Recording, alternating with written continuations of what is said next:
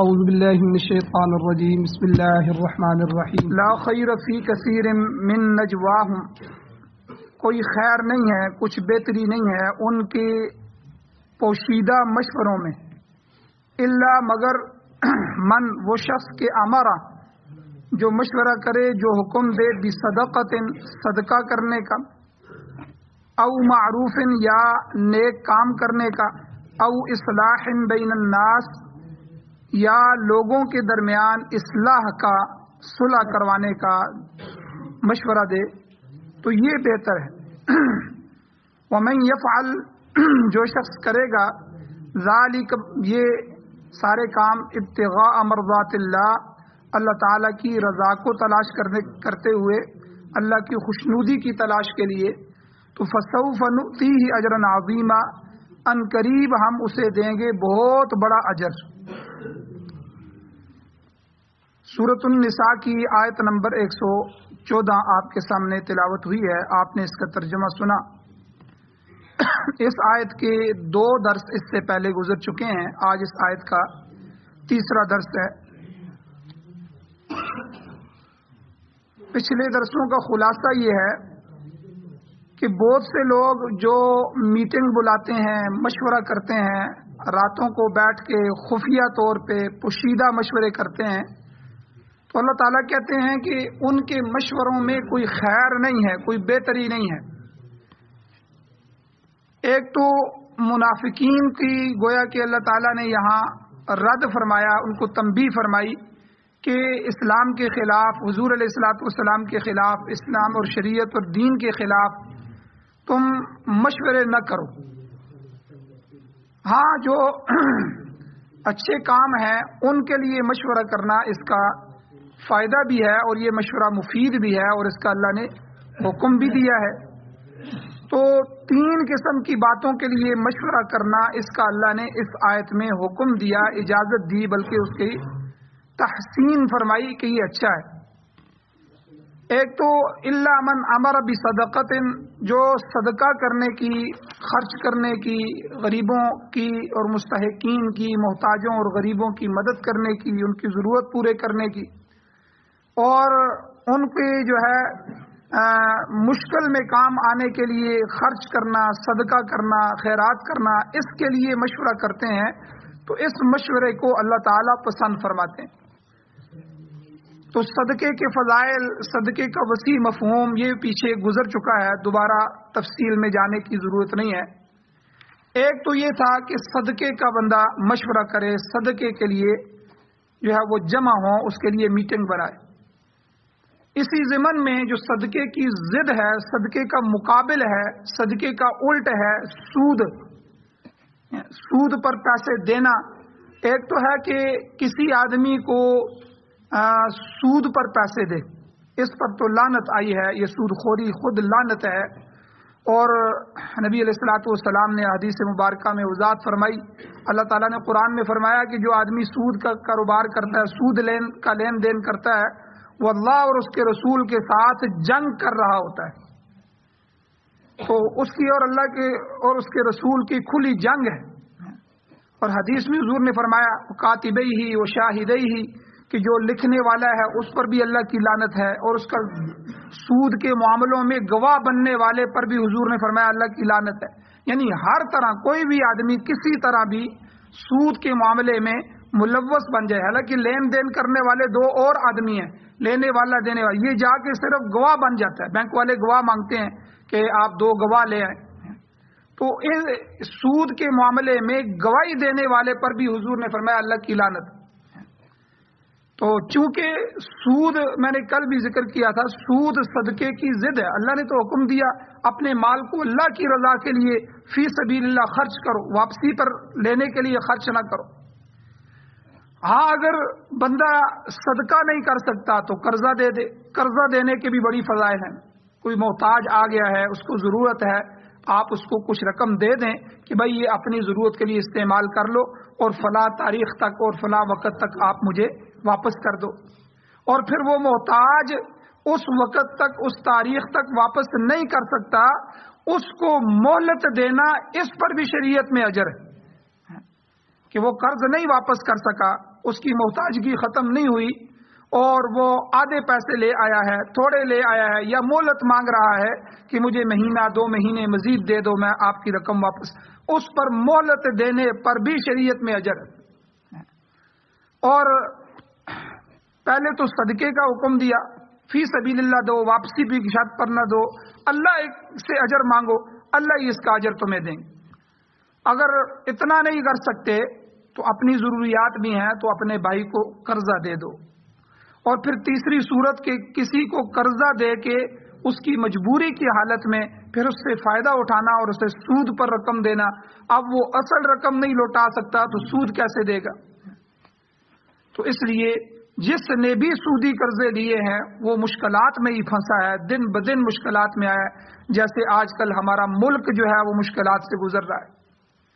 70 74 75 سال ہو گئے ہیں، ہر حکمران نے قرضے ہی لیے ہیں، جو آیا ہے اس نے بڑھ کے لیے ہیں اور تلاش کیے ہیں ایسے افراد کو کہ کوئی ہمیں قرضے دینے والا۔ یہ ہر حکمران کی کہانی ہے۔ تو ہم بے وقوف لوگ ہیں، ہم سے نعرے بھی لگوائے جاتے ہیں، بے وقوف بناتے ہیں، پھر نئی شکلیں نئے چہرے آ جاتے ہیں، پھر انہوں نے بھی کام وہی کرنا ہوتا ہے۔ تو بہرحال ملک جو ہے وہ بالکل دیوالیہ ہونے کے قریب ہے۔ تو اس دیوالیہ کرنے میں ہر حاکم نے اپنا حصہ ڈالا ہے، ہر ادارے نے اپنا حصہ ڈالا ہے، اور ہم جو سرکاری ملازم ہیں چھوٹے سے، ہم نے بھی حصہ ڈالا ہے، ہم نے بھی کہیں نہ کہیں ڈنڈیاں ماری ہیں، اپنے ملک کو، اپنے اداروں کو جو ہے اپنے نقصان پہنچایا ہے، جہاں سے کسی کو مل گیا اس نے چھوڑا نہیں ہے۔ تو اس لیے سود جو ہے یہ بہت بڑی لعنت ہے۔ صدقے کے اللہ تعالیٰ نے فضائل، اللہ کے نبی نے فضائل بیان فرمائے۔ ایک تو اللہ نے فرمایا الا من امر بصدقہ، صدقے کے لیے میٹنگیں بناؤ، اس کے لیے کوشش کرو۔ دوسرا فرمایا او معروف،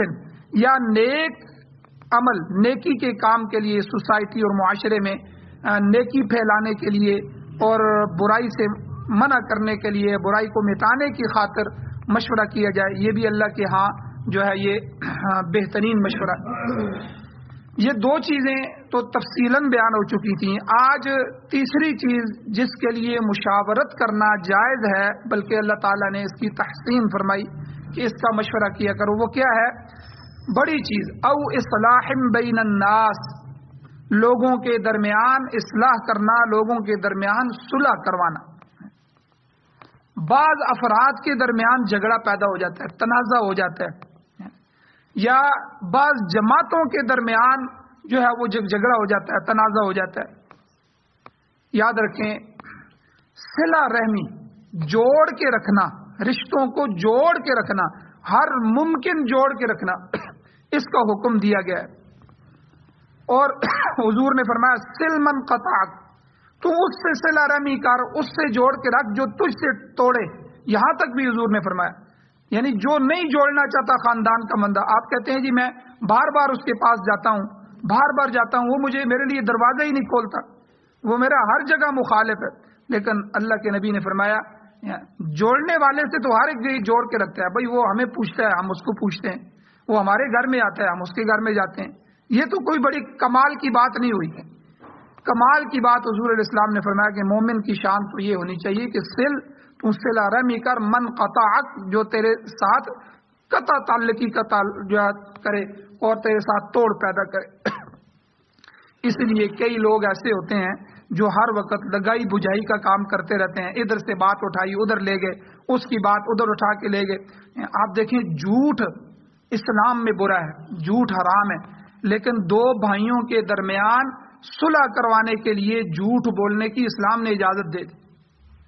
یعنی ان کو جوڑ دو۔ اللہ جھوٹ کو پسند نہیں کرتے، اس کو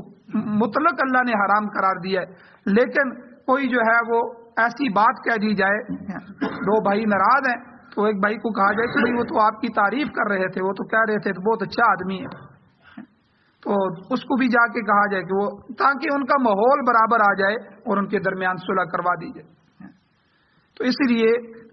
صلہ رحمی کا حکم دیا، اور قطع رحمی جو ہے رشتوں کو توڑنے سے اللہ تعالیٰ نے منع فرمایا۔ تو اصلاح ذات البین، لوگوں کے درمیان صلح کروانا، ان کے جھگڑے کو مٹانے کے لیے، ان کے تنازعات کو ختم کرنے کے لیے میٹنگیں بلانا، مشورے کرنا، یہ بہت اچھی بات ہے، اسے اصلاح ذات البین کہتے ہیں۔ اور دوسرے مقام پہ اللہ تعالیٰ نے فرمایا اصلحوا ذات بینکم، یہ تو دوسرے لوگوں کے جھگڑے مٹا رہے ہو، اس پر تمہارے لیے اجر ہے۔ اور ایک یہ ہے کہ اللہ تعالیٰ نے فرمایا اپنے حالات اچھے رکھو، اپنے حالات بہتر رکھنے، اچھے رکھنے کا حکم دیا کہ کسی سے ٹکراؤ نہیں، کسی سے رشتہ توڑو نہیں۔ تو اس کے برخلاف جو فساد ذات البین ہے، یعنی آپس میں فساد کرنا، یہ بہت بری بات ہے۔ مسلمانوں کا آپس میں جھگڑا، آپس میں فساد، یہ اللہ تعالیٰ کو سخت ناپسند ہے۔ آپ اندازہ لگائیں، ہمیں جو بہت قیمتی چیزیں حضور علیہ السلام کی نسبت سے عطا ہوئیں، جو پہلی امتوں کو عطا نہیں ہوئیں، بہت سی خصوصیات ہیں، ان میں سے ایک چیز لیلۃ القدر کی رات ہے۔ ایک رات 1000 مہینوں کی عبادت سے افضل ہے۔ پہلے حضور علیہ السلام کی حدیث مبارکہ میں آتا ہے کہ جب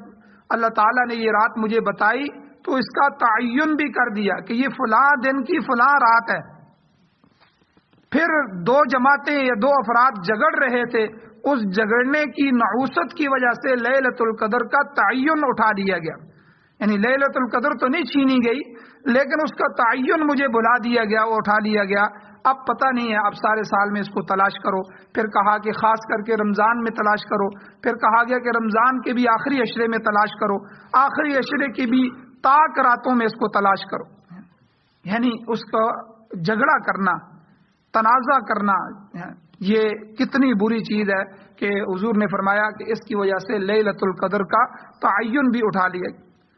تو حتیٰ کہ بسا اوقات جو ہے وہ جھگڑا آپس میں مختلف وجوہات کی وجہ سے ہوتا ہے۔ کئی دفعہ جھگڑا معاملات کی وجہ سے ہوتا ہے، کسی کا لین دین معاملات۔ کئی دفعہ جھگڑا کوئی معاملہ نہیں ہوتا، اخلاق کی وجہ سے ہوتا ہے، ایک آدمی بد اخلاق ہو جاتا ہے۔ بسا اوقات فساد جو ہے وہ کئی دفعہ عقیدے کی وجہ سے بھی ہوتا ہے۔ تو حضور علیہ السلام نے فساد ذات البین کے متعلق فرمایا کہ جو آدمی آپس میں فساد کے لیے جھگڑا کرتے ہیں، حضور نے فرمایا ہی حالقۃ، یہ مونڈنے والی چیز ہے۔ پھر حضور نے فرمایا میں یہ نہیں کہتا کہ فساد بالوں کو مونڈتا ہے، بلکہ یہ دین کو مونڈ کر رکھ دیتا ہے، یعنی آپس کا فساد دین کو ایسے برباد کر دیتا ہے جیسے اس طرح جو ہے وہ بالوں کی بےخونی کر دیتا ہے، بالوں کو اتار کے رکھ دیتا ہے۔ اور اسی طرح کبھی جھگڑا جو ہے وہ مختلف پارٹیوں کے درمیان بھی ہو سکتا ہے، کئی دفعہ جھگڑا 2 ملکوں کے درمیان بھی ہو سکتا ہے۔ لہذا جھگڑا نیچے افراد سے لے کر ملکوں تک کسی جگہ بھی چلا جائے تو جھگڑے کو مٹانے کے سلسلے میں جو کوشش کی جائے، جو محنت کی جائے، جو مشورہ اور میٹنگ کی جائے، وہی بہتر ہے، اور اللہ تعالیٰ نے اس کا یہاں حکم دیا ہے۔ اور فضول کاموں کے لیے مشورہ کرنا یہ لا یعنی ہے، اس سے کچھ بھی حاصل نہیں ہوتا بلکہ برائی کو تقویت حاصل ہوگی۔ الغرض، یہاں اس آیت میں یہ 3 چیزیں بیان کی گئی ہیں جن کے لیے باہمی آپس میں مشاورت بالکل درست ہے، یعنی صدقہ، نیکی اور اصلاح ذات البین، آپس میں صلح اور اصلاح کرنا۔ اور ان تمام امور کا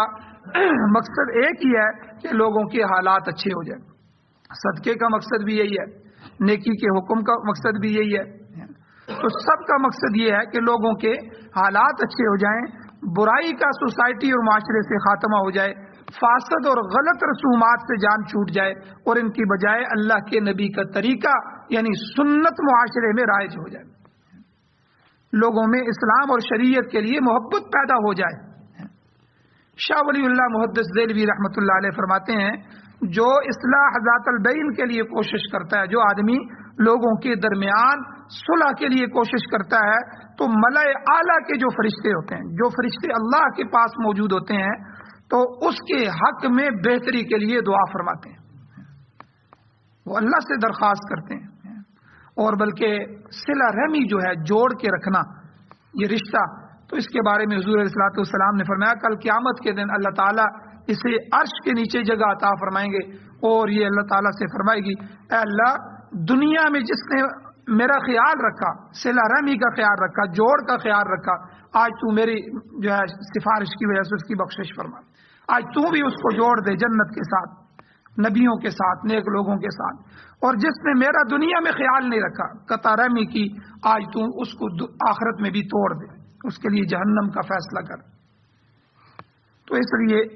ملأ اعلیٰ جو سب سے بہتر فرشتے ہوتے ہیں اللہ تعالیٰ کے عرش کے پاس اور اللہ کے پاس، وہ اس کے حق میں اللہ تعالیٰ سے اس کی بہتری کے لیے دعا فرماتے ہیں۔ تو ایسا انسان اللہ کے ہاں پسندیدہ ہوتا ہے کہ وہ فرشتوں کی دعاؤں کا مستحق بن جاتا ہے۔ اب مشورے بعض دفعہ افراد کے درمیان بھی ہوتے ہیں، مقامی سطح پہ بھی ہوتے ہیں، ملکی سطح پر بھی جماعتوں کے درمیان ہوتے ہیں، اور میونسپل کمیٹی کے ممبران بھی آپس میں بیٹھ کے میٹنگ کرتے ہیں شہر کی اصلاح کے لیے کہ شہر کو کس طرح چلایا جائے، اس کے لیے بھی مشورے ہوتے ہیں۔ اسی طرح صوبائی اور ملکی سطح پر جو ممبران ہوتے ہیں، قومی اسمبلی، صوبائی اسمبلی وغیرہ، وہ بھی اجلاس کرتے ہیں تاکہ صوبائی طور پر اور ملکی بہبود کے لیے وہ مشورے کرتے ہیں۔ پھر بڑے بڑے منصوبے اس کی وجہ سے مارز وجود میں آتے ہیں۔ تو مگر سوال ایک پیدا ہوتا ہے، سوال یہ ہے کہ کیا یہ سب لوگ قوم اور امت کی اصلاح احوال کے لیے مشورے کرتے ہیں، یا کھیل تماشوں کے لیے مشورے کرتے ہیں، یا فضول باتوں کو زیر باس لاتے ہیں؟ تو اللہ تعالیٰ نے اس آیت میں 3 چیزوں کا ذکر کیا ہے، یعنی صدقہ، نیکی اور آپس میں اصلاح کرنا۔ کیا ہمارے شہر، صوبے یا ملک کے نمائندگان کو کبھی یہ توفیق ہوئی ہے کہ وہ اللہ تعالیٰ کے بیان کردہ مذکورہ بالا تینوں جو آئٹم ہیں، تینوں جو طریقے ہیں، ان کو بھی زیر باس لائے؟ کیا ان امور کی انجام دہی کے لیے بھی قانون سازی ہوتی ہے؟ کیا غریبوں کی بہبود کے لیے بھی کبھی مشورہ ہوا ہے؟ وہاں تو فضول چیزوں کے لے کے جو ہے وہ قانون بنتے ہیں، فلموں کے لیے قانون بن رہے ہیں، ٹیلی ویژن کی ترقی کی باتیں وہاں ہو رہی ہیں، اور گلوکاروں اور اداکاروں کو وہاں شیلڈ دیے جا رہے ہیں، اور غلط قسم کے لوگوں کو وہاں جو ہے وہ آگے لایا جا رہا ہے۔ کرکٹ اور ٹینس کے لیے جو ہے وہاں کھیلوں کے لیے مشورے ہو رہے ہیں۔ تو چاہیے تو یہ تھا کہ لوگوں کی تعلیم کے لیے، لوگوں کی تربیت کے لیے باتیں ہوتی، شریعت کے نفاذ کا مسئلہ جو ہے وہ پیش ہوتا کہ اللہ اور اللہ کے رسول کا نظام کس طرح اس ملک میں رائج ہو جائے۔ محتاجوں کی جو ہے وہ عزت نفس کے لیے کوئی منصوبہ بنتا، غربت دور ہو کر لوگوں کو بنیادی ضروریات کا اہتمام ہوتا، مگر ایسی چیزیں انہیں کہاں نصیب ہے۔ تو بہرحال یہاں پر اختلاف دور کرنے کی بجائے افراد اور پارٹیوں کے درمیان اختلافات بڑھانے کی کوشش کی جاتی ہے، ایک دوسرے پر الزامات لگائے جاتے ہیں، ایک دوسرے کی ذاتیات پر کیچڑ اچھالا جاتا ہے۔ یہ وہ انگریز کا پرانا اصول ہے کہ اختلاف بڑھاؤ اور حکومت کرو، ڈیوائیڈ اینڈ رول، یہ انگریز کا قانون ہے۔ کیونکہ اگر لوگ اچھی بات پر متفق ہو جائیں گے تو انہیں حکومت کرنے کا پھر موقع کس پر ملے گا، پھر بے وقوف کہاں سے وہ لائیں گے۔ تو یہاں تو سیاسی پارٹیوں میں رسہ کشی جو ہے، آپس میں چیکا تانی، اس کو ہوا دی جاتی ہے، اور اسی طرح مذہبی فسادات کروائے جاتے ہیں، اور اسی طرح کئی ایسے ہیں۔ تو یہی ایک اصول ہے جس کے ذریعے اپنی حکومت کو وہ طول دے سکتے ہیں، اقتدار پر قبضہ جما سکتے ہیں۔ تو بھائی تمہارے ذمے تو یہ تھا کہ نیکی کا نظام قائم کرتے، امر بالمعروف اور نہی عن المنکر پر عمل کرتے، برائیوں کا کلا کما کرتے، طاقت اس کے لیے استعمال کرتے، عریانی اور فحاشی کے خلاف جہاد کرتے، نظام صلاۃ جو ہے نماز کا نظام وہ قائم کرتے۔ آج یاد رکھیں جتنا ہمارے ملک پر زوال آیا ہے، اس وقت جتنا اللہ کی طرف توجہ کی ضرورت ہے شاید اس سے پہلے اس کی ضرورت اتنی نہیں تھی، لیکن آج لوگ اتنا ہی اللہ سے دور ہیں، اتنا ہی غلط کاریوں کے اندر مبتلا ہیں، اتنا ہی جو ہے رزق حلال کی بجائے رزق حرام کے راستے کھولے جا رہے ہیں، اور ان کو تقویت دی جا رہی ہے۔ جن مساجد اور مدارس پر جو ہے قال اللہ و قال الرسول کی آوازیں لگتی تھیں، وہاں بچے جو ہے قرآن ہر وقت پڑھتے رہتے تھے، ان پر پابندیوں کے لیے ہر وقت مشورے ہو رہے ہیں، ان کے بند کرنے کے لیے مشورے ہو رہے ہیں، فحاشی اور عریانی کے پروگرامات کیے جاتے ہیں، اور ان کو جو ہے وہ طوالت دینے کے لیے اور ان کو لانے کے لیے مختلف میٹنگیں، مشورے ہو رہے ہیں۔ ملک و قوم کا پیسہ جو ہے وہ پانی کی طرح ان پر بہایا جا رہا ہے۔ تو اس لیے اگر تم برائی ختم نہیں کرتے، اللہ تعالیٰ کی پیش کردہ باتوں پر عمل نہیں کرتے، تو تمہاری منبریاں کس کام کی ہیں؟ تم اپنے فرائض کو ادا نہیں کر سکتے۔ تو اس لیے اقتدار کی جو یہ امانت ہے یہ اللہ تعالیٰ نے تمہارے سپرد کی ہے، اسے محض تنخواہ کے لیے یا بتھا وصول کرنے کی حد تک محدود نہ رکھو، بلکہ عوام کی خدمت کر کے تم نہ صرف دنیا میں سرخرو اور کامیاب ہو سکتے ہو بلکہ آخرت میں بھی تمہارے لیے یہ ذریعہ نجات ہوتا ہے۔ امام شاہ ولی اللہ محدث دہلوی رحمۃ اللہ علیہ یہاں فرماتے ہیں کہ اہل ایمان جو ہیں، ایمان والے، ان کی تمام امتوں کے لیے 4 صفات کا ہونا ضروری ہے۔ ایمان والے کی طہارت، پاکیزگی، صفائی، اور اخبات یعنی اللہ تعالیٰ کے سامنے عاجزی، مومن عاجز ہوتا ہے، مومن متکبر نہیں ہوگا۔ تیسری سماحت یعنی فیاضی اور رذیل چیزوں سے، بری چیزوں سے پرہیز، اور چوتھا جو ہے وہ عدالت، عدل و انصاف، یہ مومن کے اندر ہوگا۔ عدل و انصاف کا تقاضا ہے کہ لوگوں کے جھگڑے مٹ جائیں، تمام لوگ صلح صفائی سے رہیں، اختلاف اپنوں میں ہوں یا بیگانوں میں ہوں، افراد میں ہوں یا پارٹیوں میں ہوں، خاندان میں ہوں یا ممالک کے اندر، ملکوں کے اندر اختلاف ہو جائیں، صلح کرا دینا یہ بہت بڑی نیکی ہے۔ سورہ حجرات کے اندر بھی اللہ تعالیٰ فرماتے ہیں کہ مومنوں کے 2 گروہوں میں اگر کوئی جھگڑا ہو جائے تو فَأَصْلِحُوا بَيْنَهُمَا، یہ اللہ نے امر کا حکم دیا، ان کے درمیان صلح کروا دو۔ تو اللہ تعالیٰ نے 3 چیزوں کا گویا کہ اس آیت میں ایجنڈا دیا ہمیں، اور ایجنڈا دے کر فرمایا اگر میٹنگ کرنی ہے، کوئی مشورہ کرنا ہے تو ان 3 چیزوں کے متعلق کرو۔ صدقے کا حکم دو تاکہ محتاجوں کی ضروریات پوری ہو جائیں، نیکی کا حکم دو تاکہ برائی کا خاتمہ ہو جائے، اور لوگوں کے درمیان اصلاح کرو تاکہ جھگڑے اور تنازعات مٹ جائیں، ختم ہو جائیں۔ اگر تمہارے اپنے جھگڑے ختم ہو جائیں گے تو کوئی غیر تمہاری طرف آنکھ اٹھا کر بھی نہیں دیکھے گا، برخلاف اس کے کہ تم جب آپس میں جھگڑ رہے ہوگے، آپس میں الجھو گے، صوبوں سے لڑ رہے ہیں، صوبے جو ہے وہ قوم سے، وفاق سے لڑ رہے ہیں، ٹھیک ہے، آپس میں، تو تمہاری ہوا اکھڑ جائے گی اور ذلیل و خوار ہو جاؤ گے۔ اور غیر بھی اسی وقت فائدہ اٹھاتا ہے جب 2 بھائی آپس میں لڑ جاتے ہیں، پھر وہ کسی ایک کو شہ دیتا ہے، کسی ایک کو روپیہ دے دے گا، کسی ایک کو جو ہے وہ ماحول میسر کرے گا تاکہ یہ آپس میں ہی سر پھاڑ پھاڑ کے ایک دوسرے کو مار دیں، ہمارے مقاصد حل ہو جائیں۔ اس لیے اللہ تعالیٰ نے آخر میں یہ جملہ فرمایا وَمَن يَفْعَلْ ذَلِكَ ابْتِغَاءَ مَرْضَاتِ اللَّهِ، کہ جو شخص اللہ تعالیٰ کی خوشنودی، اللہ کی رضا کی تلاش میں یہ کام کرے گا،